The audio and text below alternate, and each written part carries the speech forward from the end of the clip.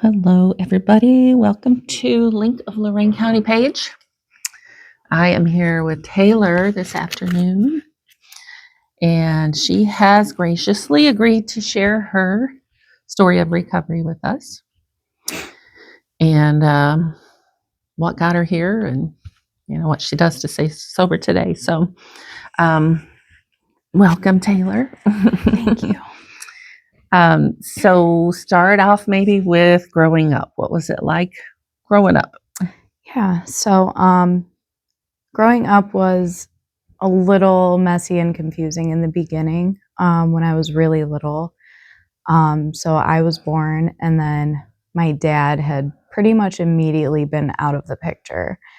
And then my mom met another man, and they had my brother together, and then they split. So for a few years when we were really little, we were living in a house together with my great aunt, not my great aunt, my step aunt. And it was just really weird because I wasn't blood related to them. My brother was. And then my mom was working all the time, so she was never really there. So it was just really weird for a little bit. And then when I was 7, my mom and I moved to North Ridgeville in with my grandmother.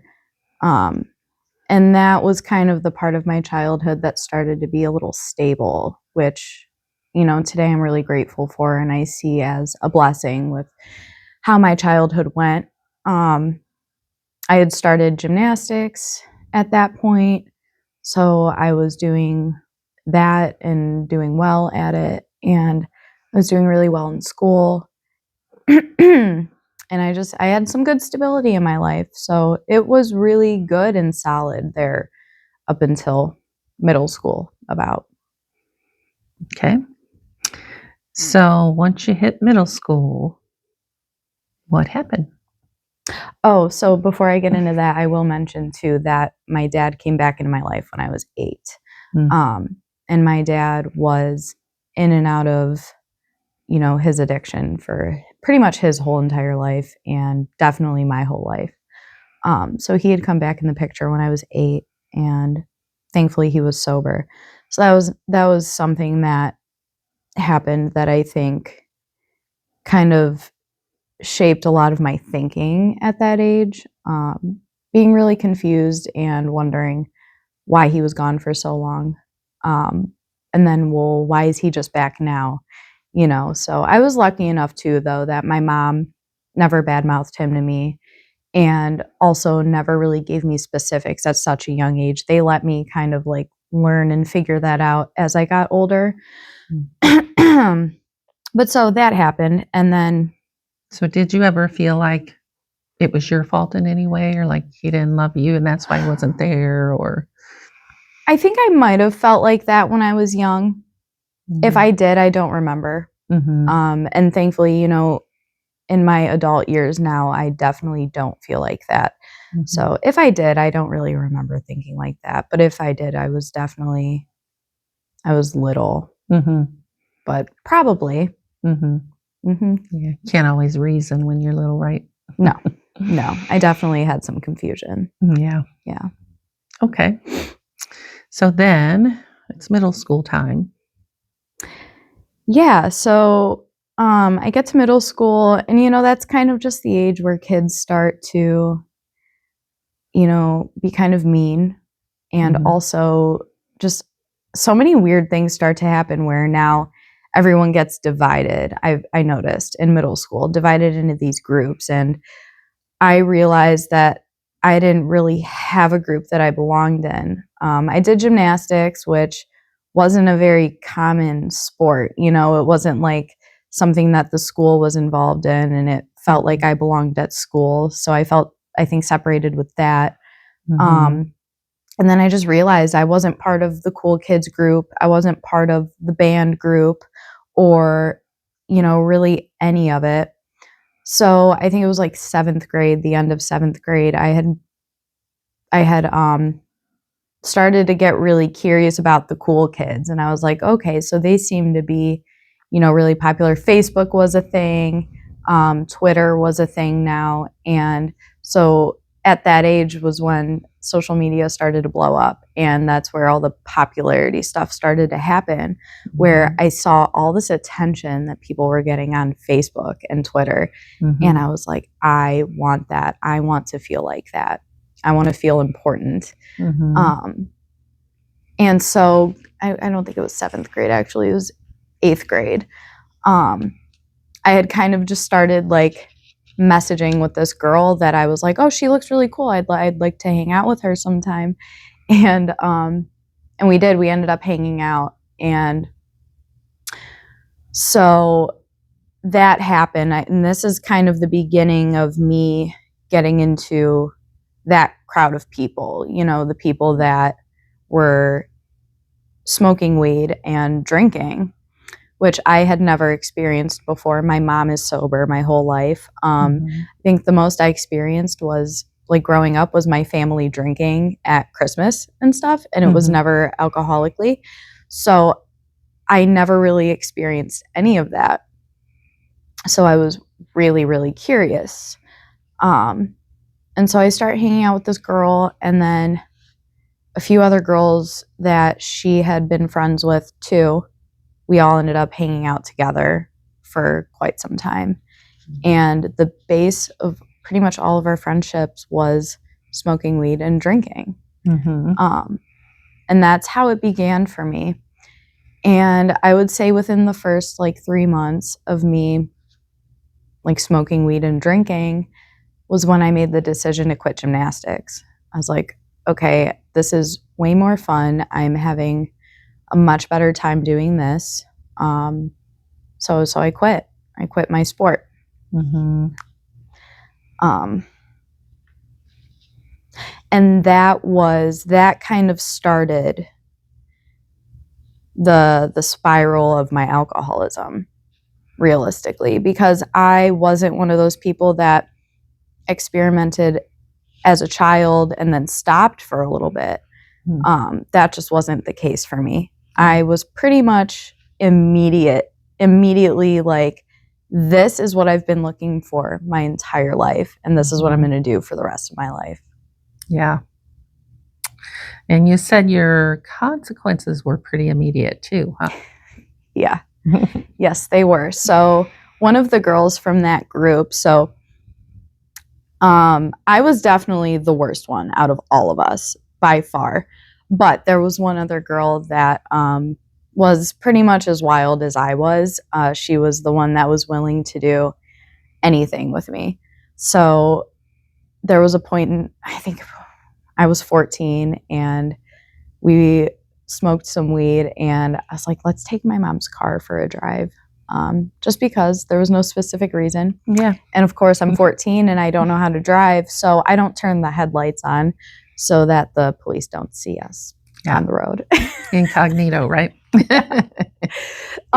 So that was my first consequence, and it scared me, but not enough. It was one of those things like, okay, let's get this done and over with, and so I can keep going. So he actually pulled you over because you didn't have headlights on, right? Yeah. Yeah. Opposite effect of what you were looking for. And it's so funny too, because like thinking about it today, obviously that officer shined his light in the car and realized we were kids. You know what I mean? And of course, in that moment, I wasn't thinking that. I'm like, he's not going to suspect anything. And of course, like we were kids driving my mom's car. Had it all figured out. Yeah. So sophomore year, you moved to another city. Yeah. So sophomore year, my grandma decided to sell the house that we were living in. So my mom and I moved to Rocky River, and that sucked. I really did not like that. Obviously, you know, leaving my friends and leaving my school, any child, that's just a really hard adjustment to make. Traumatic, huh? Yes, absolutely. So we moved there, and I remember she kind of hinted at me to do cheerleading so that I could make some friends. So I did do that, and it's just so funny to me now thinking about it. Like, I didn't end up really getting along with anybody from Rocky River, except for a handful of people. And it was the people that, I don't know, in my eyes, were just a little more like me in a sense. I really didn't get along with most of Rocky River because they came from very stable, rich families, and I did not. And I was judged for that. So, but with that being said, Rocky River is also where I met my best friend of 10 years, Emily. We are still friends to this day, but she kind of like had heard about who I was, and she had messaged me on Instagram the one day and was like, "Hey, I see you're new. If you ever need someone to hang out with, hit me up." And we ended up hanging out, and the rest was history with that friendship. But yeah, so by this time, I'm still hanging out with my girlfriends from North Ridgeville. I'm seeing them still pretty much every day, and by this point, I'm also drinking pretty much every day. I was still going to school, but right when I got out of school, I'm like, all right, what are we doing? I was ready to figure out where we were partying, who I was partying with. So it was a nightly thing for a little while. And then I started going to parties on the west side of Cleveland with random older people. And then now I'm hanging out with this older crowd, and now I'm in the bar at 15 a lot of the time. So I'm not going to remember perfectly, but I think probably towards the end of my sophomore year was when I stopped coming home every night and I stopped going to school. So it was pretty quick for me where I loved the lifestyle. I loved just doing what I wanted to do. And you said it was during that time that you had the instance where you were given other drugs and you thought you were doing one thing, but it was another. Yeah. So 15 was when I started experimenting with cocaine, and that was an immediate problem for me. Every time I drank, I sought it out. And then, there was one night that I went to a party and a bunch of older people, and I was offered Molly, which I think most people know nowadays, Molly is usually meth.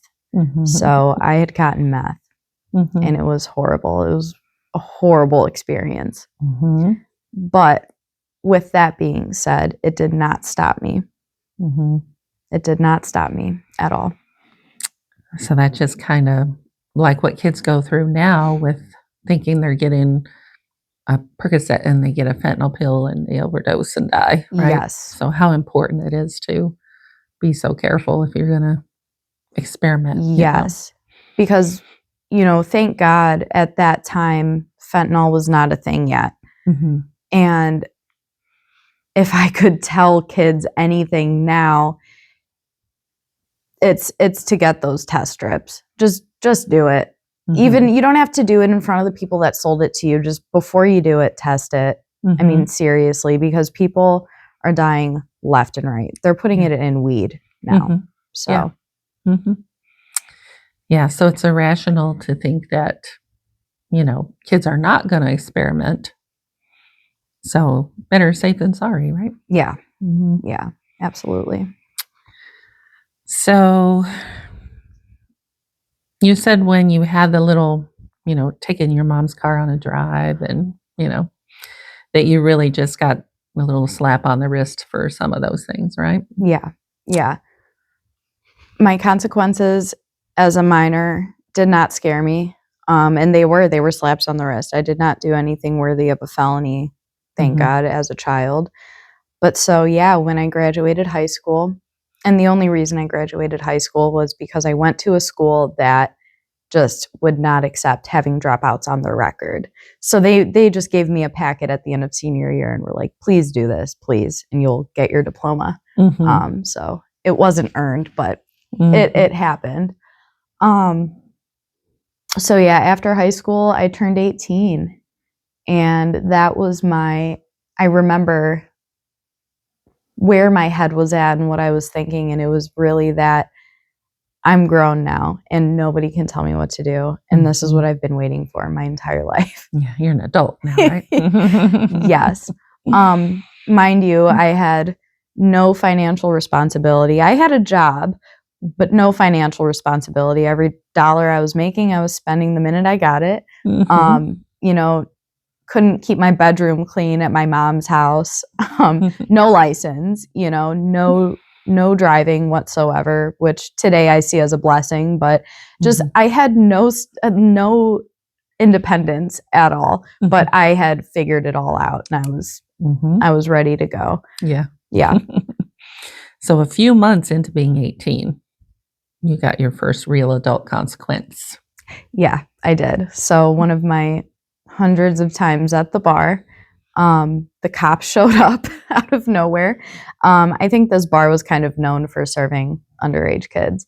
And I had went into a bathroom stall thinking, you know, they won't bother me in here and they'll just leave. And that's not what happened. And I gave them my ID and, you know, the secret was out. So yeah, I got arrested and I got an underage.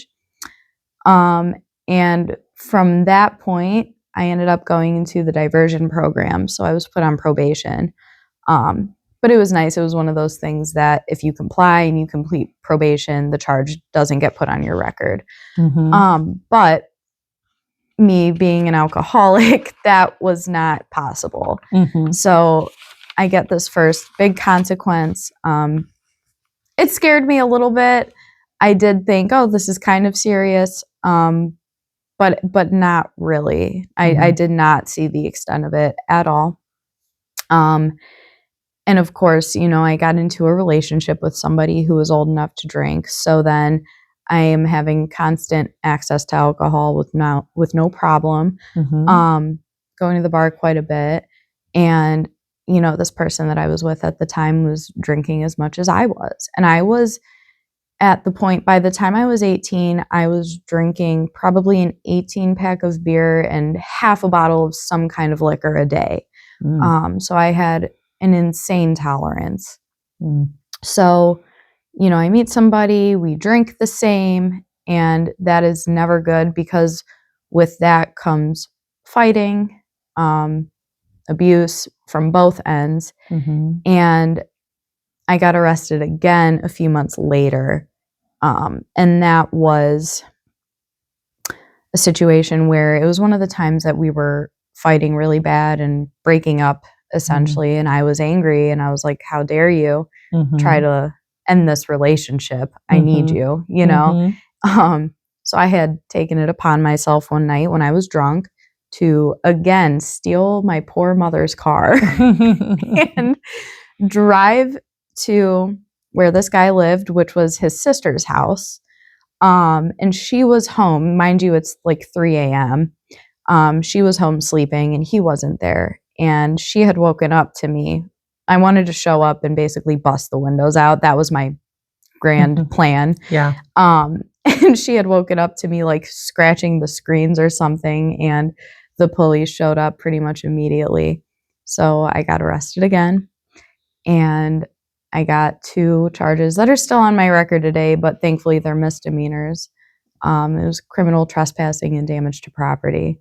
So that was another big consequence that did not faze me. It did not faze me. Of course, I hated being in jail. That sucked. I was, you know, hungover the whole time and felt sick, but I got out of jail and went home to my mom, who was on the couch crying, because that's what I did to the people that loved me. And I told her I was sorry, and then I went out drinking that night. It did not matter to me. Yeah, when you're in active use, you don't really have the ability to care, right, about what you're doing to other people. No.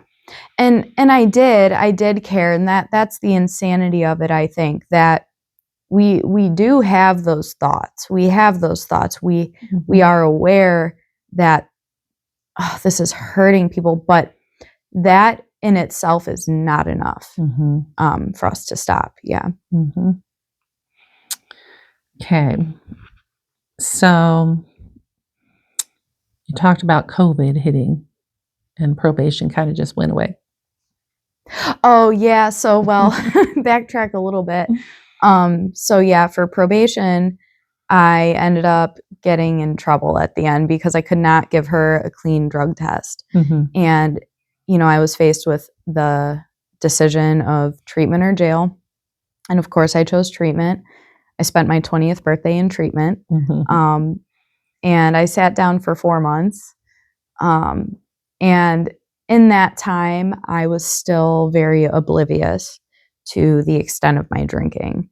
I did not want to look at it. I was still just in denial that I was done. I'm like, I'm 20 years old. I have so much more drinking to do, which Mhm. is funny that I say that because my probation officer and my mom had said to me when I went into treatment, you have drank enough for the rest of your life. Like it's time to do something different, Mhm. And I wasn't there at all. Mhm. So yeah, after 4 months of treatment, I moved in with my grandma and I drank the night I got home.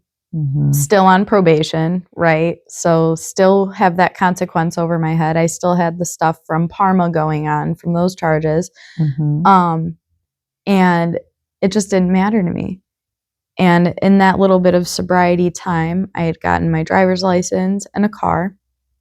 So yeah, now it's 2020 and COVID hits and I get let off probation. And mind you, I'm drinking by now. I'm relapsed, Mhm. but I was relieved to get off probation because now I really don't have to worry about anything. Mhm. So yeah, for about 8 months, I drank and I partied and I was living the double life of trying to lie about it and hide it, Mhm. which I know now is just not possible. Mhm. Yeah, and you talked a little bit about the mental obsession. Yes, yeah. So my experience in that relapse with my mental obsession was I obsessed over the alcohol, but then B obsessed over how I was going to do it successfully. Um, how am I gonna, because now I'm driving and Mhm. I live with my grandmother who is not going to accept me being gone for 3 days. So how am I gonna leave and party and make sure I make it home tonight? Which never happened. I never made it home that night. It took Mhm. me 2 to 4 days to get home. Um, and I did. It was a constant mental obsession for those 8 months of who I was going to hang out with, what we were going to do. Am I going to make it home tonight? And if I don't, what kind of lie am I going to spin now about it? Mhm. Yeah, obsessing over especially the lies, and what I was going to tell people. Mhm. And that's exhausting, right? Oh my God, yeah, yeah. So that kind of brought you to a place where you were thinking about doing something different? Yes. So, um, my last sobriety date is June 30th. Well, the one before the one I have now was June 30th of 2020. So leading up to that day, I just I was so sick and tired of being sick and tired. You hear people say that, and Mhm. that was the feeling that I had finally reached. I was exhausted. I was so exhausted with just trying to get away with my alcoholism. Mhm. Yeah. And so I went back to treatment on my own free will. I didn't have any court stuff going on, no legal trouble. Um, and I was willing to do some things differently, Mhm. But not all. but not all of them. Mhm. No. So I sat in treatment, and something I had done differently was I went to a sober house. And that is something that I really like to advocate for because sober living Mhm. is, to me, just amazing. It's where you build bonds, it's where you learn how to live a sober life. Mhm. Um, so, yeah, I did that. And also, throughout this time, from the time that I had met my dad up until this point, my dad was in and out of his own sobriety. Mhm. But this time when I got sober, my dad was sober too. Mhm. And I remember he had brought me a carton of cigarettes to treatment. which was really nice. And so in sobriety this time around, I was 3 months sober when I got a phone call that they had found my dad overdosed in his bedroom at the facility that he was living at. So I like to share that because it is something that I stayed sober through. I was in a different state with my mother when I got the phone call, and the first thing that I did was called my sponsor. And she had walked me through a 10-step inventory about it. And that was my first experience with death and grief. But I did it sober. Okay. So at a year sober, you went back to some old behaviors, right? Yes. So yeah, back to what I said about, changing some things, but not everything. I moved at my own pace, leaving the sober house, which was too fast. I didn't budget. I didn't have any kind of plans. I just was like, oh, I've never lived on my own before, so it's time. I'm going to do it now. So yeah, I moved out of the sober house at about 10 months sober. And about 2 months later, I realized I did not make enough money to be paying all of these bills. So at a year sober, I ended up going back to the strip club and back into that industry.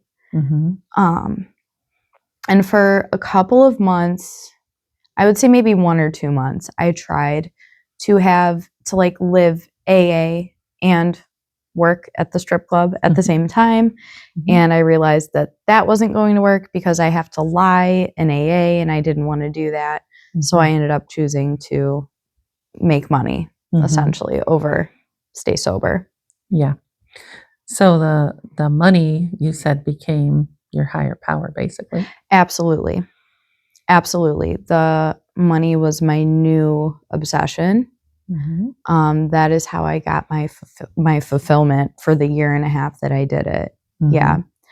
That it fixed everything, right? Like on the outside, I had everything on the outside. I had really nice shoes and designer stuff, and I moved into a bigger house, and I got a beautiful dog, a new car. I had all this really nice stuff on the outside. What was going on the inside? Yeah, and it was probably the most miserable that I've been sober. Yeah. So getting sober is just the beginning of the recovery journey, right? Yeah, it is. That's when all the work begins. Yep. So, did you stay sober then? No. So I was 2.5 years, sober, but dry, essentially. I was just so low mentally and emotionally. I was so far from having a connection with any kind of higher power that I did end up picking up again. But I did not pick up with the thought that I could control it or that I could lie about it and get away with it. I picked up this last time with the mindset of not caring. I did not care what happened to me. So I had about a 4-month relapse, and it was horrible. And mind you, I live in my own house. I have a car. I have all this stuff now. And it was the darkest point of my life I think I've ever reached. You said your drug of choice changed and got worse. Yes, it did. So every time I've relapsed, I notice that my body reacts differently to whatever kind of alcohol it is, and then whatever kind of drug I use. With that being said, also, the longer you use something, the more damage it does to your body physically. So I got, I physically went down the drain pretty much immediately into my relapse. And so I couldn't snort what I was doing anymore, so I started smoking it. Mm-hmm. And that happened fast. Mm-hmm. I picked that up. I remember kind of judging people that did that while I was not sober and being like, oh, I could never do that. And a week later, I was doing it. Mm-hmm. There's always that yet. I Yes. haven't done that yet, but it's always out there waiting, right? Yep. Mhm. Absolutely. Mm-hmm. So, a friend gave you another drug when you couldn't get what you wanted, right? Yes. Yes. So another thing that I said I would never do, Mm-hmm. I ended up doing, Mm-hmm. and I overdosed, and it was immediate. And so, that is how I got sober this time. Mm-hmm. And I wish that I could say that the overdose was enough. Mm-hmm. I wish I could say, I came back and I was like, oh my God, I can't do this anymore. Mm-hmm. That wasn't the case.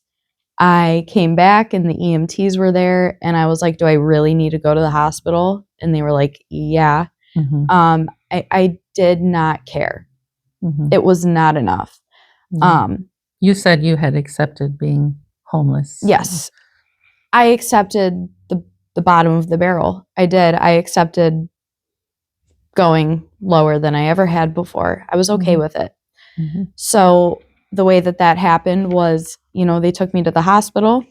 The only person that would show up for me was my friend Emily, my friend of 10 years. And she did not co-sign any of my stuff. Mm-hmm. So she came to the hospital and she's like, well, where do we go from here? Because you're not going home, Mm-hmm. So thankfully it happened so that she just took me to treatment that night. Mm-hmm. And I didn't want to. I wasn't like, oh, thank God I'm finally going to treatment. I was pretty upset about it. Mm-hmm. So how'd you get through that time in the treatment? So, well, my detox, I slept the majority of my detox, which was good. I mean, I was just depleted physically, Mm-hmm. so God took away my physical ability to leave. Mm-hmm. And I did struggle for the first about 2 weeks of treatment where I was like pretty upset I was there. Mm-hmm. But I had no other options. Mm-hmm. My house was getting cleared out. My dog got adopted. Someone else had my car. Mm-hmm. I mean, if I had left, I had no options, which is exactly what I needed, Mm-hmm. And I think by the second or third week of being in there, I finally woke up and I was just like, okay. I took a really deep breath and I'm like, okay, this is it. Mm-hmm. So once all your other options were all gone. Yeah. And you were out of your own ideas, you said. Yes. I had no more ideas. I tried what I thought would make me happy. I tried a relationship that wasn't very good. I tried the, strip club lifestyle, which thank God I can see today was just so, I don't even know what kind of word to use for it. It changed my perspective. I had to experience it to realize that, okay, I'm not respecting myself if I'm doing that. Mm-hmm. I'm not. Mm-hmm. And I definitely needed to experience that aspect. But yeah, just having my own ideas of money, because financial security is such a common problem with people like me. We get sober, we have no money, and our minds go directly to how can I make as much money as fast as possible. Mm-hmm. But I had to learn and realize that it's not important. And that when I do get sober and when I do start doing the work that's taught to me and trusting that some kind of higher power has my back, that those things come. Mm-hmm. Yeah. Yeah. When you're doing the next right thing, then good things start to happen, right? Yes, exactly. Mm-hmm. And you said you stopped running your own life. Yeah, I did. I really did. I sat in treatment and I had actually called my sponsor the majority of the time I was in there. I remember they tried telling me that I had to go to another lockdown facility after my 30 days there. And I was like, hold on. And I asked my sponsor about that. I was like, do you think this is necessary? And she's like, no, I definitely think you need to go to sober living for the structure. But not like a lockdown facility for another, 3 to 6 months. But I ran that by her. I was like, hey, do you think this is normal, or, or what I should be doing? Yeah, and I did. I went straight to a sober house again. That was a really great experience. I followed all the rules to the best of my ability. I think one of the most important things that I did differently this time that I wasn't willing to do before was be open and vulnerable with the women in the program. I started to make myself get really uncomfortable and asking for phone numbers and actually calling those people and talking to them and just saying, hey, how's your day going? And those little things end up building such a strong foundation. While I was in sober living, I made a lot of great connections with women. I did, my step work that I was taught to do by my sponsor, which I continue to do today. It is just a little different than it was in the beginning. And yeah. So you came to that point of surrender we were talking about earlier. Yeah, I did. When I took that deep breath in treatment and I was like, okay, that was my moment of surrender. Just okay, I give up. Yeah. So there's a difference in that whole, I'm willing to do this, but I'm not going to do that. Yeah. To getting to this point where I'll do whatever I have to do. Yeah. And I think that's where a lot of people have to get before they can really start to rebuild, Absolutely. Not having to have it your way, right? Absolutely. So you've recently had a pretty serious tragedy. Yeah. So maybe share a little bit about that if you want, and how you're getting through. Yeah, absolutely. So something I did learn in sobriety is that things are going to happen. And what's the most important is what I'm doing to handle those things when they come, not if, but when. So yeah, I had met somebody a few months ago that we kind of both were like, okay, this is it. We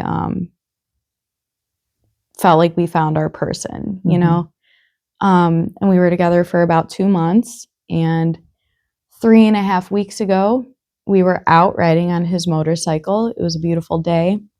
We had a few friends riding with us, and we got into an accident and we went down on the bike.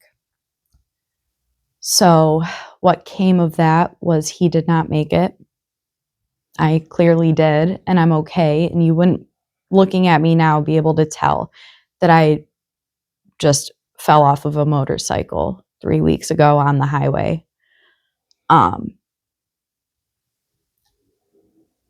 It's something that you can't really put into words. There's no explanation for it. There's no making sense of it.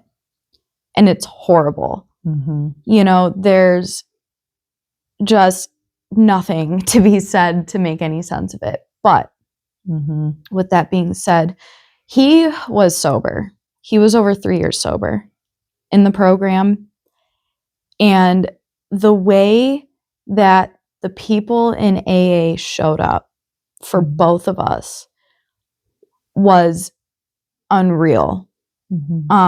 Because the way that he had went was he ended up being on a ventilator for 6 days, so it wasn't immediate. It wasn't like we were kind of, his family, his friends, and I were in that limbo of being back and forth from the hospital. I was still in shock for about a week from the accident, but I was we were surrounded by God and by people that, are vessels from what I believe from God. Yes. That's what got me through the first week, was the people, especially, and they still are today, of course, but when I wasn't really able to function yet at all, the people in AA were there. So I think it was like after the first week, I finally went home. I stayed with my best friend for a little bit because I just couldn't go home. But since it happened, I have been going to meetings nonstop, like really nonstop, a lot to talk about what's going on, but to also listen to other people, so I'm not stuck in my own head constantly. I did start seeing a counselor, which is crazy because this is the first time in my entire life I've actually really tried therapy. And so that was a decision I kind of knew I had to make, especially being in the accident. And I'm still like showing up for other people. That's one of the biggest things that is helping me through this, is I have sponsees. I have girls that, count on me to show up and work with them. And that's not to say I like really love doing it, because genuinely right now in this moment, I'm having a really hard time with just doing life still. It's really hard. It's really debilitating sometimes to think about my next day or two ahead of like just doing life, after you lose somebody, especially somebody so young. It feels really unfair that life just keeps going. Yeah. But I'm doing it. I'm moving my feet still to the right places. I am. I'm very, very blessed to be able to do a women's meeting on Fridays at Primary Purpose. I've had that commitment for a little over a year now. So that's something that keeps me accountable. I also just started doing a group for my sponsor on Sundays at another treatment center. And then, just the people that I'm able to call to when I'm not out and about around them. One of the most helpful things that I'm doing right now is calling people and talking about how I'm feeling. So having that support system is huge in staying sober, right? Oh God, yeah. Yeah. Because, I'm not going to lie and say that I didn't have thoughts of picking up again. It was especially the night of the accident, after we had left the hospital for the night, was the strongest one I had. I was like, I could just do this right now and not feel any of this. And that was a week before me being 2 years sober. So how did you resist those thoughts and that urge to just go? So it's actually really crazy how it happened, because it was the night of the accident. I had to go back to his apartment that night to be with the cats, to make sure they were fed. And I was on his couch, and, it ran through my mind, and it was like 4:30 in the morning. And my cousin texted me. She was just awake. At 4:30 in the At morning. 4:30 in the morning, she texted me, "Hey, are you okay?" And we ended up talking on the phone for like 45 minutes. So in that moment, that to me was God showing up. That was God showing up. Yep. Right when you needed it. Yeah. Yeah. And that's the other thing too, is like, in my experience from staying sober, is things happen that you can't explain. Like good things, of course, on top of the bad life things that are going to happen, there's really good unexplainable things that it's like, okay, that's my proof that a higher power exists. Yeah. So,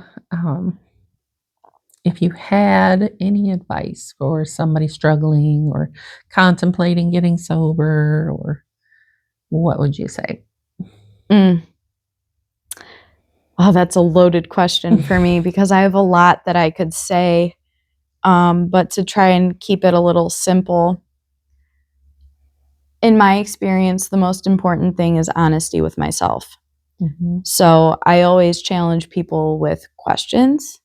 And I like to ask people, do you like the results of what you're doing right now? Because honestly, for me, drinking and getting high was fun for a little bit, Mm-hmm. but then it wasn't fun anymore.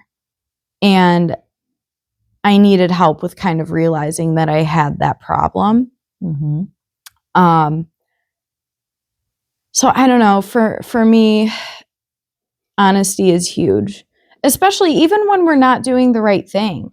I learned that I can be honest and raw with people in my life that care about me and love me. Mm-hmm. And that saved my life. Honestly, me being honest saved my life Mm-hmm. at the end of the day. Yeah. So you don't have to do it all right all the time. No, absolutely not.